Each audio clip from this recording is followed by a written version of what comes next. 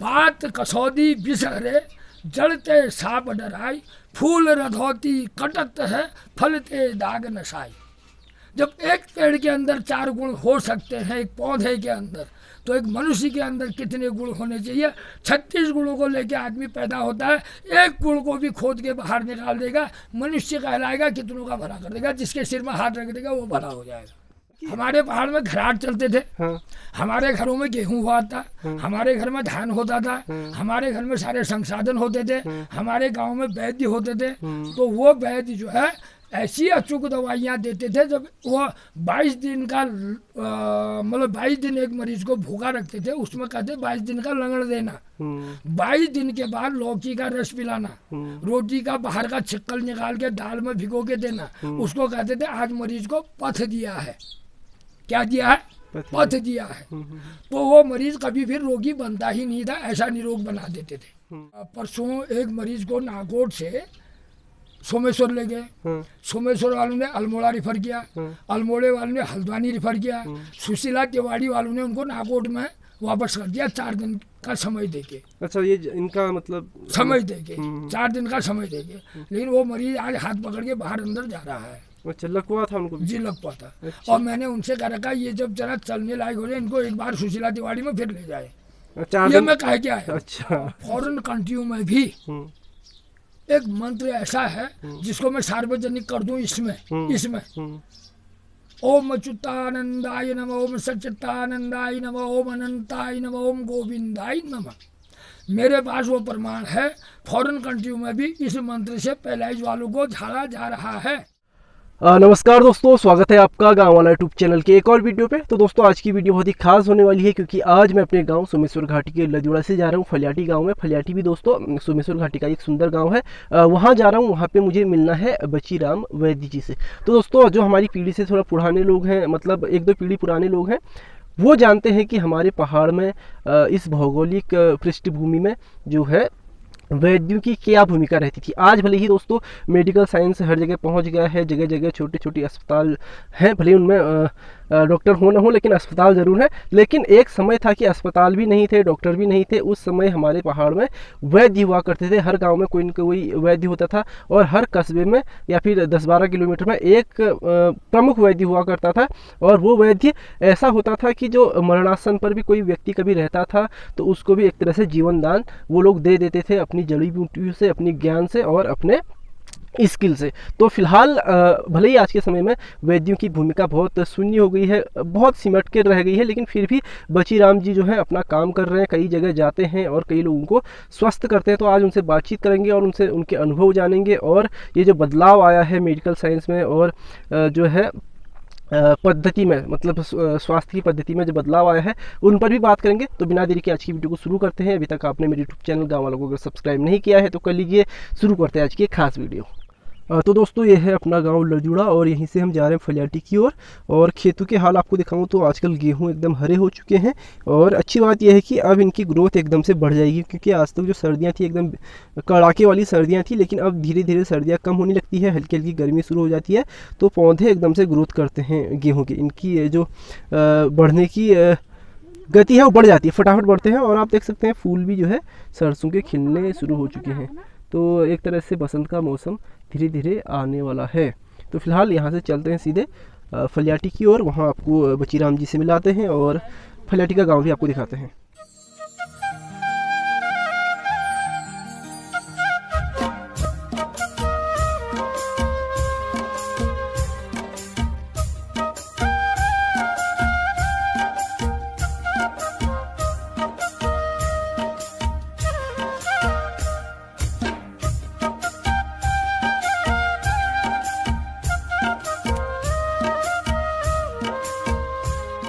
तो दोस्तों अभी मैं पहुंच गया हूं फलियाटी में और ये सामने फलियाटी गांव है, आप देख सकते हैं। बहुत सुंदर गांव है। और ये देखो जो है महिलाएं आ रही हैं मंदिर से। कहाँ बड़ी? खड़गेश्वर में, खड़गेश्वर से आ रहे हैं तो मेरे को पहचानते हैं। तो कल का वो ब्लॉग देखिए। हाँ, तो मुझे जाना है सामने, वहाँ पे है बचीराम जी का घर। तो हम नीचे उतरते हैं धीरे धीरे और धीरे उतरने के बाद एक पुलिया आएगी। बोल रहे थे पुलिया को पार करना, उसके बाद दाएं मुड़ जाना, तो वही हम करेंगे। मेरे साथ आए हैं अंधा, तो इनका भी काम था यहाँ पे बनोड़ा में, इनका काम हो गया है। तो अभी मैं जा रहा हूँ ऊपर गांव की ओर।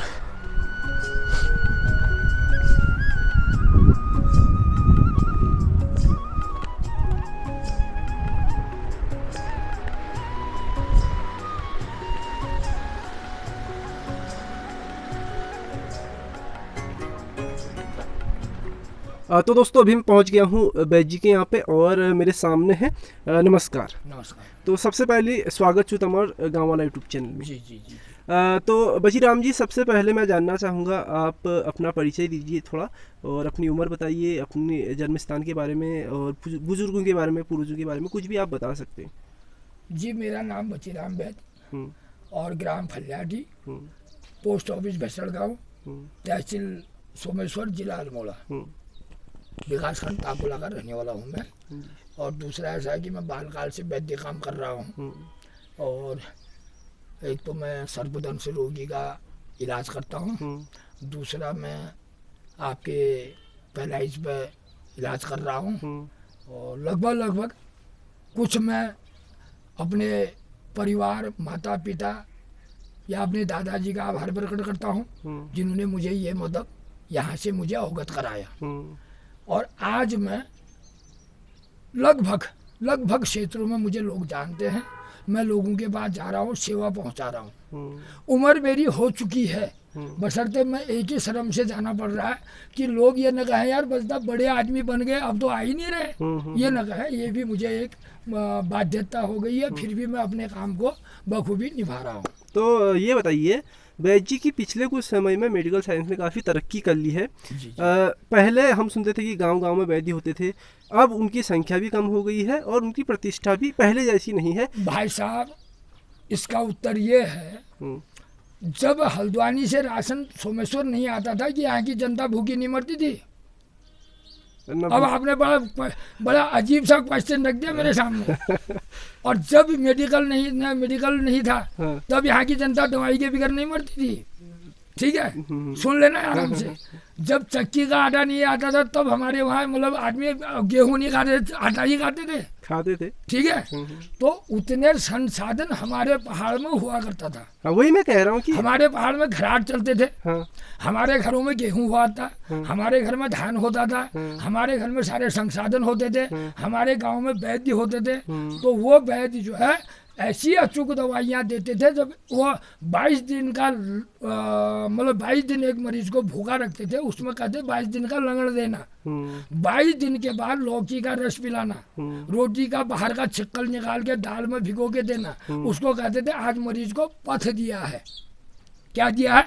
पथ दिया है। तो वो मरीज कभी फिर रोगी बनता ही नहीं था, ऐसा निरोग बना देते थे। तो वैद्य का सम्मान कम होने का मतलब, वैद्य का, आपने बड़ा भयंकर क्वेश्चन मेरे से पूछ दिया। ये क्वेश्चन मैंने आज से 18 साल पहले इनहियर में बोला था, इनहियर मासी में। अच्छा। पारंपरिक चिकित्सा पुनरो जागरूक पद्धति इनहियर में बोला था। क्योंकि ऐसा है, वैद्य जब पहले से आते थे हर दवाई सस्ती थी, काली मिर्च, लौंग, जायफल, जावित्री जैसी दवाइयाँ जो थी वो सस्ती होती थी। तो वैद्य थोड़ा बहुत उस दवाई को जो भी पुट मिलाते थे उसको बनाते थे, मरीज को देते थे। 10 दिन की दवा सुबह शाम देते थे। उनको दक्षिणा सहरूप मुट्ठी बांध के दिया जाता था। ऊपर से ये कहा जाता था वैद्य तुम्हें भलो जो, नाराज नहीं आया। तो उसमें क्या हुआ, बाद में आदमी की जरूरत बढ़ी, आदमी का परिवार बढ़ा, जरूरत बढ़ी, तो वैद्यों को अपनी लागत का पैसा वापस नहीं आया। तो उन्होंने, कुछ लोगों ने तो ऐसे छोड़ दिया, कुछ लोगों ने आज के तारीख में मैं कहूँ, वैद्य अभी गढ़वाल एरिया में बहुत हैं, राजस्थान एरिया में बहुत है, वैद्यों की कमी नहीं है और जानकारी की भी कमी नहीं है, और हमारे पूर्वजों की जो धरोहर हैं उन किताबों की भी कमी नहीं है। बशर्ते है क्या, गवर्नमेंट द्वारा हो या सरकारों द्वारा हो या हमारे कंपनियों द्वारा, जो कंपनियां गाड़ियों के गाड़ी कुंटल के कुंटल दवाई को एक दिन में इन चीज़ों को मतलब पीस रहे हैं। तो वहाँ से क्या हो गया, वैद्य इतने सेठ घरों से नहीं होते हैं, वो गरीब घरों से होते हैं, तो उनको वो दवाई खरीदने के लिए पैसा ही नहीं होता है। तो अपने आप उन्होंने अपना धंधा छोड़ दिया। बिल्कुल ठीक है नहीं। अगर उस वैद्य को अपनी अपनी लागत का कुछ अंश भी मिले तो वो वैद्य काम बिल्कुल सुचारू रूप से कर सकता है। कर सकता है। इसका उत्तर सर ये था। अच्छा, तो आपका कहने का मतलब है कि कहीं ना कहीं वैद्य जो होते थे निम्न परिवारों से होते थे और वो आज के पूंजीवादी समाज में पीछे हट गए, एक तरह से उनको दबा भी दिया गया। कंपनी अगर कोई मेडिकल कंपनी दबा दिया गया। और दूसरी बात क्या है, मीडिया वाले उनके पीछे टिक्का टिप्पणी करते हैं, उनको उनका ज्ञान का पता नहीं होता है। क्या मीडिया वाले भगवान को झुठला सकते हैं, सूर्य को झुठला सकते हैं, चंद्रमा को झुठला सकते हैं? तो ऐसे ही हमारी जो अपनी परंपरा है उसको भी नहीं झुठला सकते हैं, ठीक है। लेकिन बात क्या है, वैद्य अपने संसाधनों के कारण पीछे गए हैं। और दूसरा क्या है, पहले हमारे सरकारों की तरफ से वैद्यों का रजिस्ट्रेशन भी होता था। वैद्य किसी मरीज को मेडिकल भी देते थे। आज सरकार ने उस पर भी बैन लगा दिया। ये भी हमारे मन में एक दुख है। ये भी हालांकि हमारे पास संस्थाओं के सर्टिफिकेट है। अच्छा, ये बताइए, जैसे आपके पास संस्थाओं के सर्टिफिकेट हैं और आपने उनके साथ काम भी किया है, उनकी जो गोष्ठियाँ होती है या फिर वर्कशॉप होती है वो सब आपने अटेंड किए हैं, तो आपका कहना है कि पहले उनके पास अथॉरिटी होती थी कि वो दवाई लिख सकते थे? दवाई लिख सकते थे, बकायदा मरीज को मेडिकल दे सकते थे। अभी ये अथॉरिटी आपसे छीन ली गई है? ये अथॉरिटियाँ वैद्यों से छीन ली गई। ये भी हमें एक दुख है, ये भी हमें एक दुख है। लेकिन ऐसा है कि जो हमारी पारंपरिक पद्धति है थी उसको हम फिर पुनर्जागरूक कर रहे हैं, क्योंकि समय आयुर्वेद में लौट रहा है बिल्कुल समय आयुर्वेद में लौट रहा है। लेकिन बशर्ते ऐसा है, कुछ दवाइयाँ ऐसी अभी भी है मेरे जैसे वैद्य के लिए उनको खरीदना ही मतलब कठिन हो गया।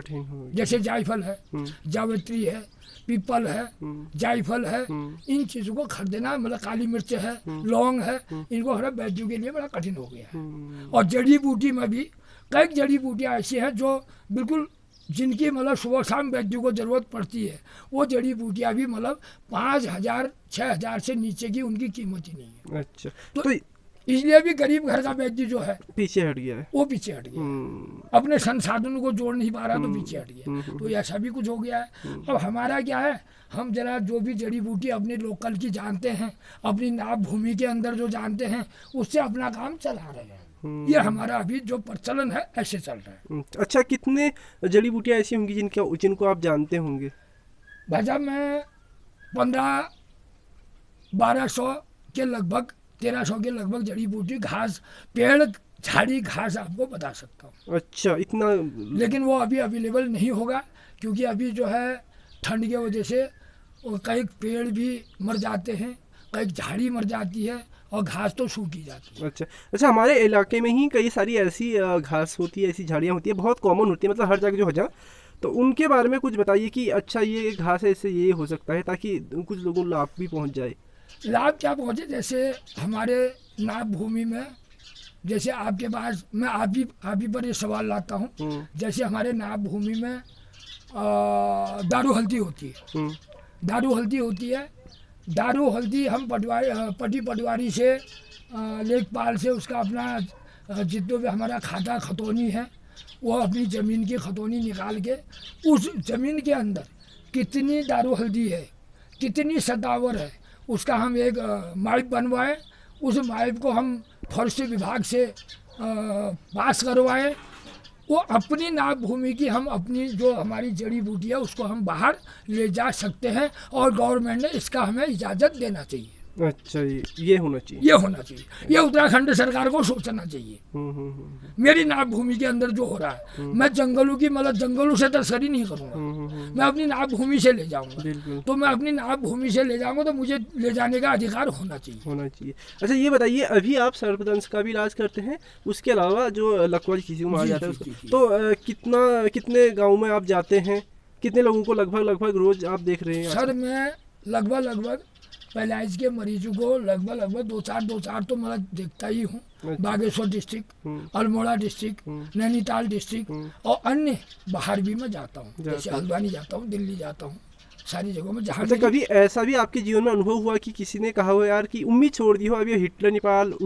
अब इसके लिए आप जिस गाँव में मैं गया था उस गाँव में आते मजा आ जाता, बीमारी सुना देता आपको। अच्छा, तो आप किस्सा ही बता दीजिए वहाँ का क्या है। जैसे परसों एक मरीज को नागौर से सोमेश्वर ले गए, हाँ, सोमेश्वर वालों ने अल्मोड़ा रिफर किया, अल्मोड़े वालों ने हल्द्वानी रिफर किया, सुशीला तिवारी वालों ने उनको नागौर में वापस कर दिया 4 दिन का समय देके। अच्छा, ये इनका मतलब समय देके 4 दिन का समय देके, लेकिन वो मरीज आज हाथ पकड़ के बाहर अंदर जा रहा है। अच्छा, लकवा था उनको? जी लग था। अच्छा। और मैंने उनसे कह रखा ये जब जरा चलने लायक हो जाए इनको एक बार सुशीला तिवारी में फिर ले जाए, 4 ये दिन? मैं कह के आया अच्छा, उनसे। तो मेडिकल साइंस जहाँ पे फेल हो गई, आप कह रहे कि वहाँ ना पे? अब ऐसा तो नहीं, हम नहीं कर सकते। मेडिकल साइंस को हम फेल नहीं बता सकते, क्योंकि मैं जागरूक आदमी हूँ। अच्छा, मैं जागरूक आदमी हूँ। मैं स्वयं जो मरीज मेरे लायक नहीं होता है उसको स्वयं मैं मेडिकल उसमें भेजता हूँ, अच्छा, स्वयं भेजता जहाँ पे आपको लगता है कि हूँ। इससे... जी जी जी, जहाँ पर मैं सोचता हूँ, जहाँ पर मुझे लगता है कि इस आदमी को मेडिकल में भेजना चाहिए,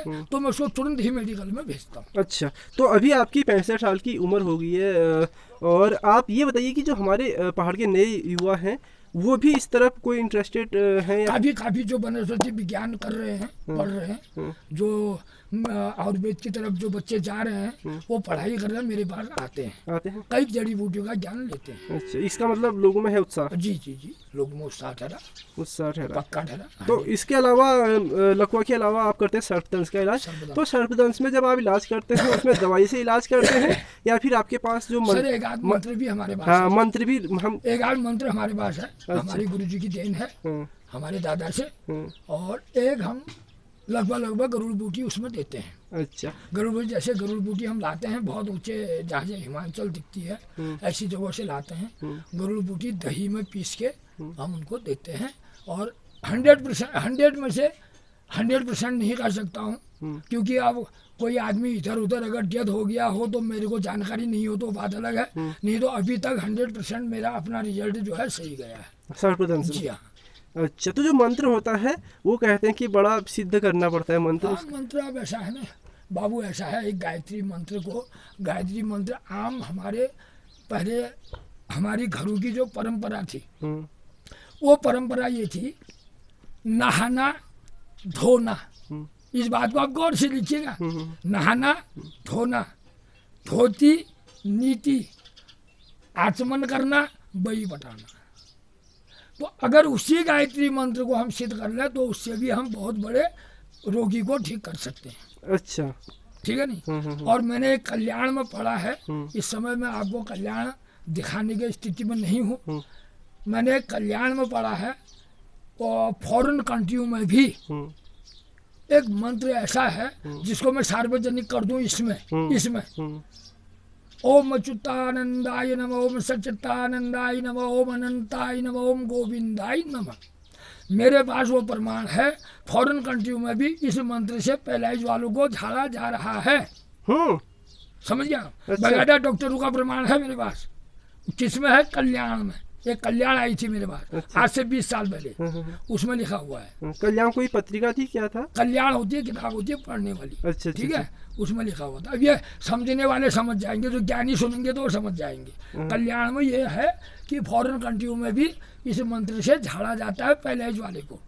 जहाँ दवा काम नहीं करती है वहाँ दुआ काम करती है। बिल्कुल, बहुत बड़ी बात आपने कही। पात कसौदी बिसहरे, जड़ते साप डराई, फूल रधौती कटत है, फलते दाग नशाई।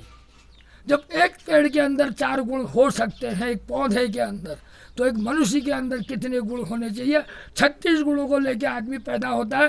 एक गुण को भी खोद के बाहर निकाल देगा, मनुष्य कहलाएगा, कितनों का भला कर देगा। जिसके सिर में हाथ रख देगा वो भला हो जाएगा। अरे वाह वाह वाह! जो आपने ये सांप रथौधी ये वाला, इसका थोड़ा आप अर्थ भी बता दीजिए दर्शकों के लिए। इसका अर्थ ऐसा है, पात कसौदी बिसरे, उसके पत्ते लगाने से कभी कभी सांप का जो पॉइजन है उसके पत्तों को पीस के लगाने से वो पॉइजन जो है कम बढ़ जाता है।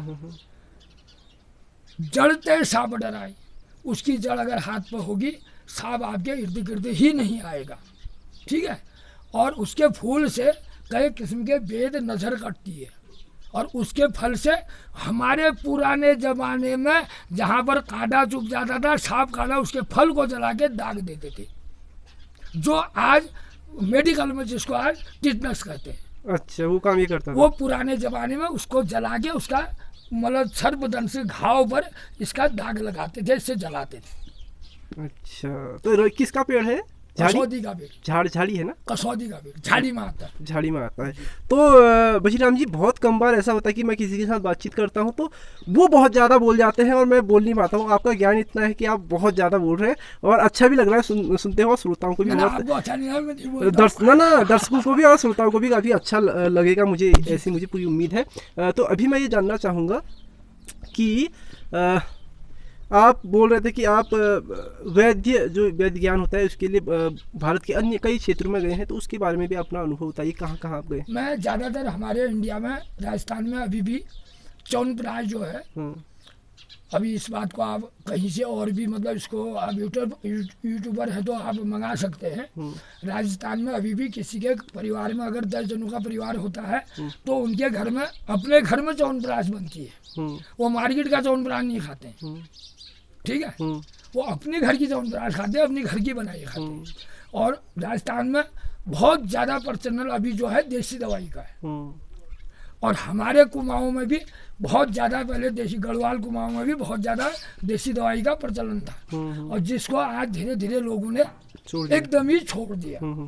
शॉर्ट या गाड़ी से जाना या पैदल जाना, पैदल जाना सुरक्षा होना, गाड़ी में जाना जल्दी पहुंचना, तो आयुर्वेद में और मेडिकल में ये फर्क है। शॉर्टकट, अगर आप एक दर्द की दवा खा लो दर्द ठीक हो जाएगा, अगर उसी दर्द की दवा वैद्य देगा 2 दिन में, एक दिन में कम होगा, लेकिन जड़ से मारेगा, साइड इफेक्ट नहीं करेगा। आयुर्वेद में ये गुण है। जैसे आज के तारीख में आप, ठंड का मौसम है, आप सुगंधा का पाउडर खा सकते हैं, चाय में खा सकते हैं, पानी में गुनगुने पानी के साथ ले सकते हैं, आपको ठंड नहीं लगेगी। और जैसे लकवा अकवा ऐसे किस्म के जोड़ों का दर्द बहुत इससे कई हद तक मतलब ऑटोमेटिकली कम हो जाएगा। बशर्ते ऐसा है कि आप कहो यार अभी खाया नहीं हुआ, ऐसा नहीं होगा, धीरे धीरे कम करेगा, लेकिन बीमारी को जड़ से मारेगा। अच्छा, अभी हमने जब ऑफ कैमरा जैसे मैं आपको एक टॉपिक अपने पहाड़ का, अपने पहाड़ का और सुना दूं, एक टॉपिक अपने पहाड़ का आपको और देता हूँ अपने खान पान पर, अपने खान पान पर। जैसे हमारे घर में काला भट्ट है, काला भट्ट, काली भट्ट की दाल और काली भट्ट की खिचड़ी, हमारे पहाड़ में उसको जौला भी कहते हैं। काली भट्ट की खिचड़ी, काला भट्ट का डुबका, ये जब बनता है बरसात के महीने में, इसको खाने से जिस घर में हफ्ते में 2-3 दफे बनता है उस घर में पीलिया या जिसको जॉन्टिस कहते हैं वो कभी नहीं होता है। अच्छा, बरसात में खाने से। और एक तो हमने काला भट्ट का प्रसंग आपको दिया, दूसरा मांस, बलवर्धक, बुद्धिवर्धक, वीर्यवर्धक। जो पहले के लोग हड्डे कट्टे होते थे हमारे पहाड़ में मांस की दाल खाते थे। तीसरा कुल्थी बॉटनिकल में कुल्थी कहो, जिसको हम गहत कहते हैं। जी हाँ, लोकल में गहत कहो, जिसको झाड़ू में खाने से हफ्ते में अगर हम 2-3 दिन इसकी दाल खाएं या 2-4 दिन खाएं, उस घर में कभी पथरी नहीं होगी, ठीक है। मालकंगन छोटी, मालकंगन बड़ी। मालकंगन क्या हुआ? अरे मैं बता रहा हूँ, आप इंटरव्यू लीजिएगा। मालकंगन छोटी, मालकंगन बड़ी। छोटी मालकंगन जो है कौड़ी है, अच्छा, जिसको खिलाने से बच्चों का पहले से ददूरा ठीक होता था, ठीक है नहीं। और बड़ी मालकंगन जो है झुअर है, जिसको खाने, अगर इस झुअर का हम आटा बनाए, उस आटा के हम जाड़ों में थोड़ी हलवा खिलाएं, कभी भी मैं लिख के देता हूँ उस जोड़ों का दर्द कभी नहीं हो सकता है। अच्छा, झुंगर के आटे से? अच्छा, जोड़ों का दर्द क्योंकि सर्दी में तो बहुत ही होता है, सबको होता है। तो हड्डियों का दर्द हटाने वाला इसका हलवा है, इसका हलवा बनाना पड़ेगा। अब हलवा कैसे बनता है? जैसे हमारे गुड़ में पानी में गुड़ उबाला जाता है, जैसे आटे का बनाते हैं, तो आटा हो गया, आटे को भूना, गुड़ का पानी डाला, हलवा बन गया। अगर दर्द वाले को हफ्ते में 2-4 बार ये खिलाया जाएगा, 100% उसका जोड़ों का दर्द या घुटनों का दर्द कम होगा। ये हड्डियों को मजबूत करने वाली एक मात्र दवा है।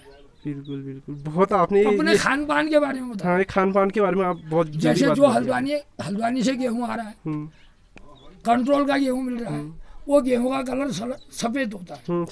अपने गांव में जो गेहूं होता है उसका कलर क्या होता है? सुनहरा होता है।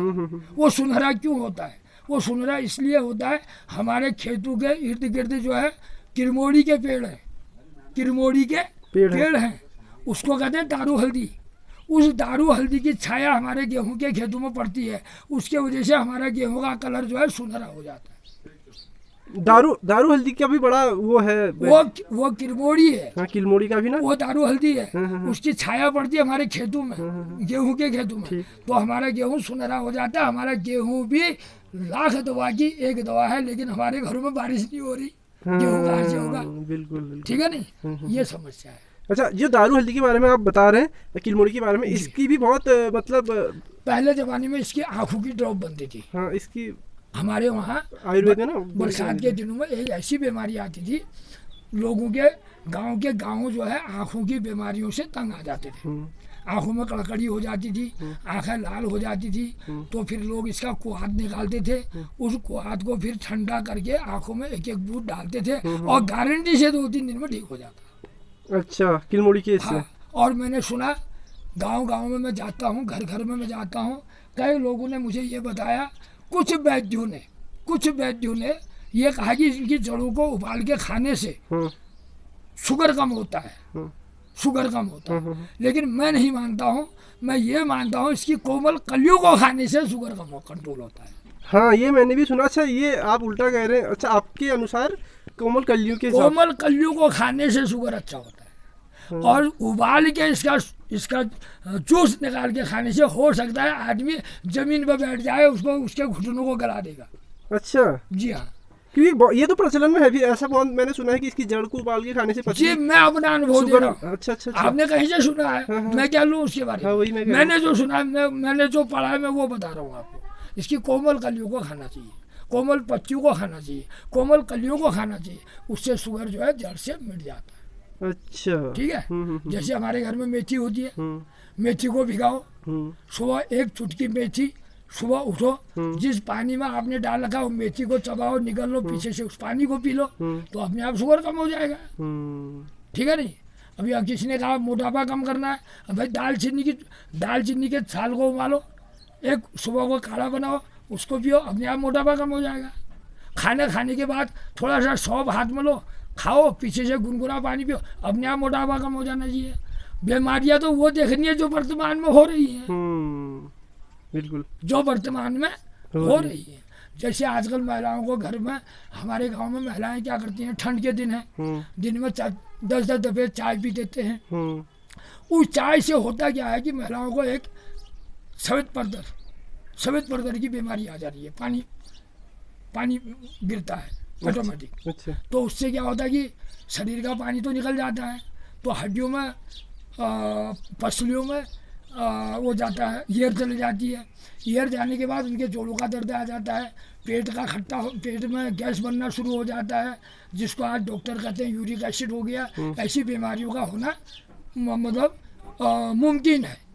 तो उसके लिए अगर हमारी महिलाएं नींबू खट्टा अचार न खाएं, और हमारी महिलाएं नींबू खट्टा अचार न खा के गुड़ का सेवन कम करें, चाय का सेवन कम करें, तो इन चीज़ों से वो बीमारियां ऑटोमेटिकली दब सकती हैं। अच्छा, कुछ हमारे खान पान से भी बीमारियां बढ़ी। अच्छा, ये बताइए, आप खान पान की बात कर रहे हैं, तो आप तो काफ़ी सयाने हो गए हैं, मैं ये जानना चाहूँगा कि खान पान में कितना अंतर आया है पिछले 20 साल में, 50 साल में, 30 साल में, हमारे पहाड़ के खान पान में?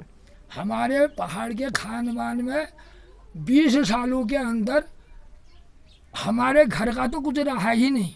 अच्छा। पूरे मार्केट में जो सब्जी आ रही है, उसी सब्जी को मैं सोचता हूँ लगभग आदमी उसी को खा रहा, 100 में से 100%।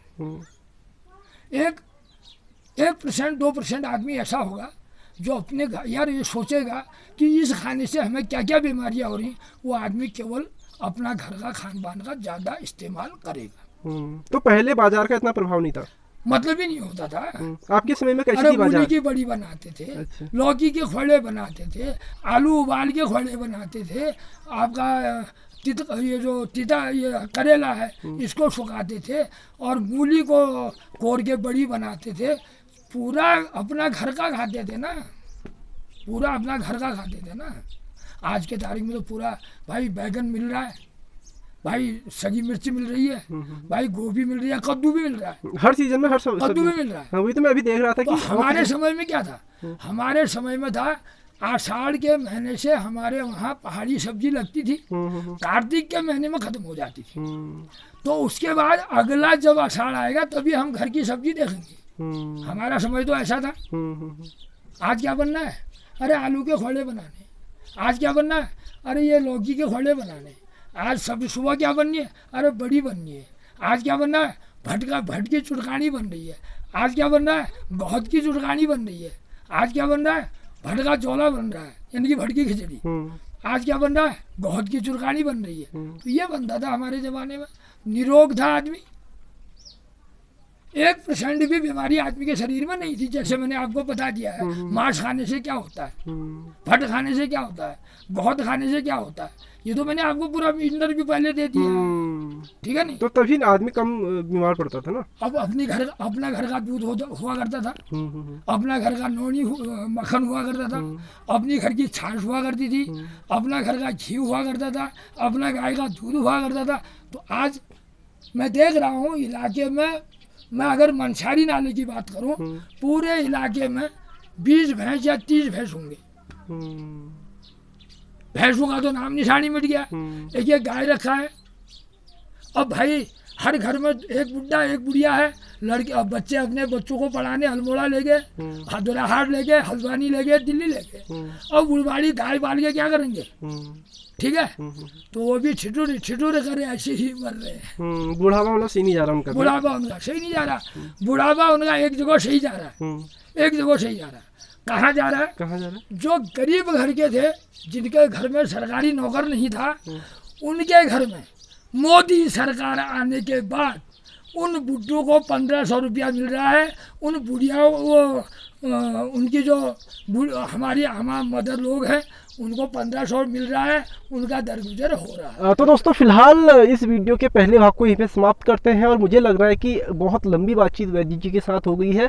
तो करीब 40 मिनट हमने बातचीत की, तो काफ़ी लंबी वीडियो हो गई है। इस वजह से इस वीडियो को यहीं पे रोकते हैं, यानी कि इस वीडियो के पहले भाग को यहीं पे रोकते हैं और दूसरे भाग को कल फिर यहीं से स्टार्ट किया जाएगा। तो उम्मीद करता हूँ आपको इनकी बातचीत और मतलब इनकी बातें अच्छी लग रही होंगी, इनका अनुभव अच्छा लग रहा होगा। तो फिलहाल आज की वीडियो को यहीं पे समाप्त करते हैं, लेकिन कल यानी कि अगली वीडियो में यानी परसों आप इसके दूसरे भाग को देख पाएंगे। तो तब तक के लिए इतना ही, मिलते हैं आपको इसके दूसरे भाग में। जय श्री राम, टाटा।